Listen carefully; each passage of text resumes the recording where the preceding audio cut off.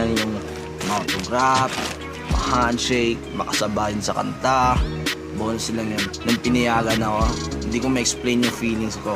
Like, grabe yung sigaw ko doon. Tapos pag uwi ko dito, nahihirapan ako makatulog dahil sobrang excited. Until now, sobrang excited, guys.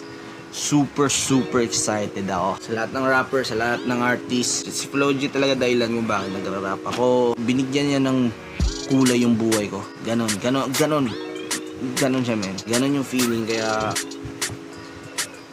let's go. Iwan natin yung shop. Isang araw lang naman.